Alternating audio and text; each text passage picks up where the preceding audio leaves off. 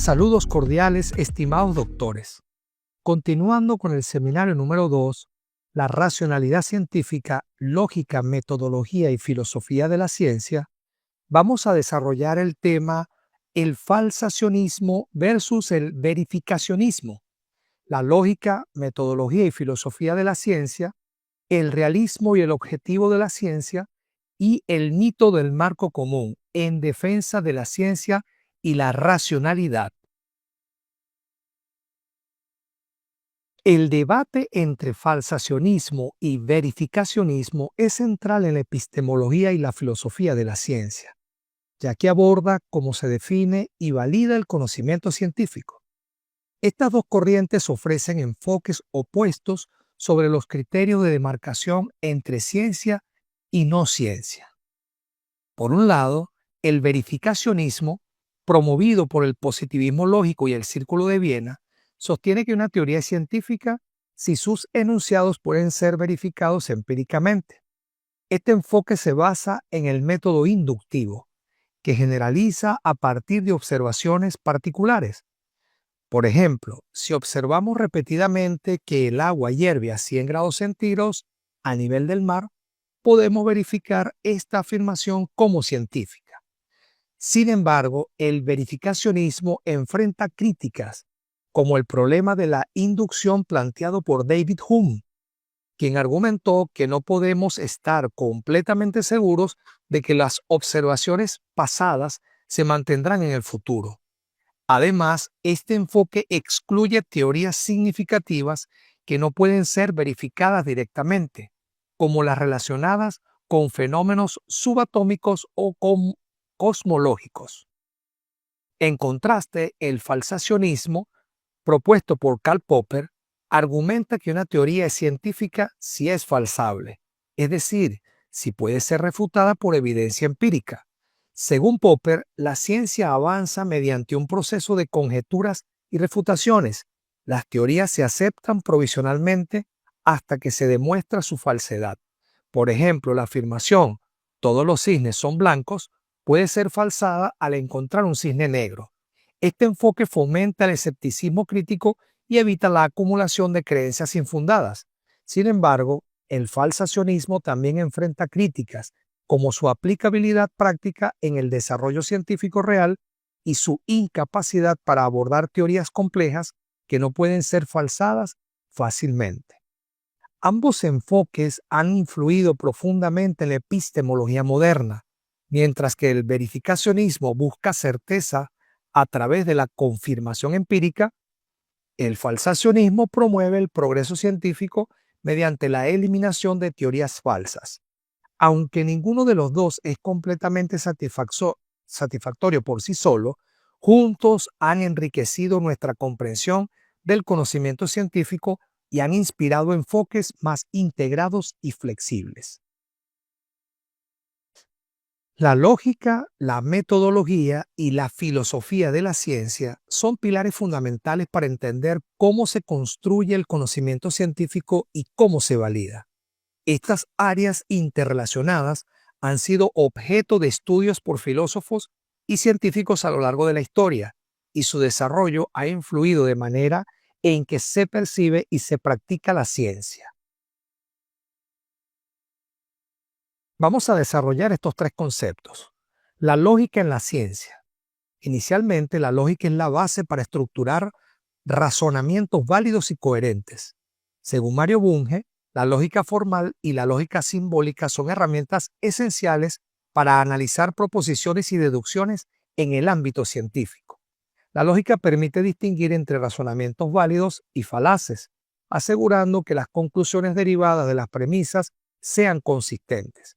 Por ejemplo, en las ciencias formales como las matemáticas, la lógica es utilizada para demostrar teoremas y establecer relaciones entre conceptos abstractos. Por su parte, la metodología científica es la metodología de la ciencia que se refiere al conjunto de procedimientos y técnicas utilizados para investigar fenómenos y adquirir conocimientos. Karl Popper, en su obra La lógica de la investigación científica, introduce el concepto de falsabilidad como criterio para evaluar teorías científicas. Según Popper, una teoría científica sí puede ser refutada mediante evidencia empírica. Este enfoque contrasta con el inductivismo tradicional que se basa en la acumulación de observaciones para confirmar teorías. Por otro lado, Mario Bunge destaca la importancia del método hipotético deductivo que combina la formulación de hipótesis con la deducción lógica para realizar predicciones que pueden ser verificadas experimentalmente. Este método ha sido ampliamente adoptado en disciplinas como la física y la química, donde las teorías se someten a pruebas rigurosas para validar su precisión. Ahora bien, es importante destacar que la filosofía de la ciencia busca entender la naturaleza del conocimiento científico, sus límites y su relación con la realidad. En este caso, Thomas Kuhn, en su obra La estructura de las revoluciones científicas, introduce el concepto de paradigmas científicos. Según Kuhn, la ciencia no avanza de manera lineal, sino a través de cambios paradigmáticos que transforman la manera en que los científicos interpretan los datos y los fenómenos. Por su parte, Stephen Toulmin enfatiza la importancia de la lógica en los argumentos científicos y cómo estos deben adaptarse a contextos específicos. Su enfoque destaca la flexibilidad y la adaptabilidad de la ciencia frente a nuevos desafíos y descubrimientos. Ahora vamos a hacer una interrelación entre la lógica, la metodología y la filosofía. Estas tres áreas están profundamente interconectadas. La lógica proporciona las herramientas para estructurar razonamientos válidos. La metodología establece los procedimientos para investigar fenómenos y la filosofía ofrece un marco para interpretar los resultados y cuestionar las premisas subyacentes. Juntas, forman la base para el desarrollo del conocimiento científico y su aplicación en la sociedad. Ahora comentaremos sobre el realismo y el objetivo de la ciencia. El realismo científico es una postura filosófica que sostiene que las teorías científicas describen la realidad tal como es, incluyendo entidades no observables como el caso de los electrones o agujeros negros, por ejemplo. Este enfoque se centra en la idea de que el objetivo de la ciencia es descubrir verdades sobre el mundo, tanto observables como inobservables. A continuación se presenta un análisis detallado de esta perspectiva, sustentado en autores claves y artículos académicos. Vamos a iniciar con fundamentos del realismo científico. El realismo científico se basa en la premisa de que las teorías científicas exitosas son al menos en parte verdaderas. Según Hilary Putnam, el éxito predictivo de las teorías científicas no sería un milagro si éstas no reflejan aspectos reales del mundo. Este argumento, conocido como el argumento del no milagro, es uno de los pilares del realismo científico. Por otro lado, Bas van Fraassen, un crítico del realismo, propone el enfoque del constructivismo empírico que sostiene que las teorías científicas no necesitan ser verdaderas para ser útiles, basta con que sean empíricamente adecuadas. Este debate entre realismo y antirrealismo ha sido central en la filosofía de la ciencia contemporánea. Ahora bien, ¿cuál es el objetivo de la ciencia? Desde una perspectiva realista, el objetivo de la ciencia es proporcionar una descripción verdadera y completa del mundo. Esto incluye no solo fenómenos observables, sino también entidades y procesos inobservables que explican dichos fenómenos. Por ejemplo, la teoría atómica explica las propiedades de la materia a través de entidades como átomos y moléculas, que no son directamente observables por el ojo humano, pero son fundamentales para nuestra comprensión del mundo. Autores como Mario Bunge han defendido que la ciencia busca tanto la verdad como la utilidad práctica. Según este autor, el conocimiento científico debe ser coherente, sistemático y verificable, lo que lo distingue de otras formas de conocimiento. Ahora bien, entre las críticas y desafíos podemos decir que a pesar de sus fortalezas, el realismo científico enfrenta críticas significativas.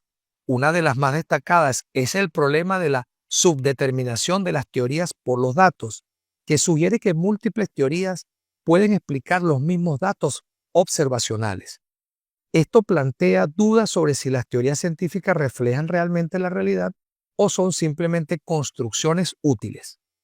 Además, el historial de cambios en las teorías científicas sugiere que muchas teorías consideradas verdaderas en el pasado han sido reemplazadas. Este argumento, conocido como el argumento de la historia de la ciencia, es utilizado por antirrealistas para cuestionar la validez del realismo científico. Finalmente, el realismo científico sigue siendo una postura influyente en la filosofía de la ciencia, defendiendo que el objetivo de la ciencia es descubrir verdades sobre el mundo.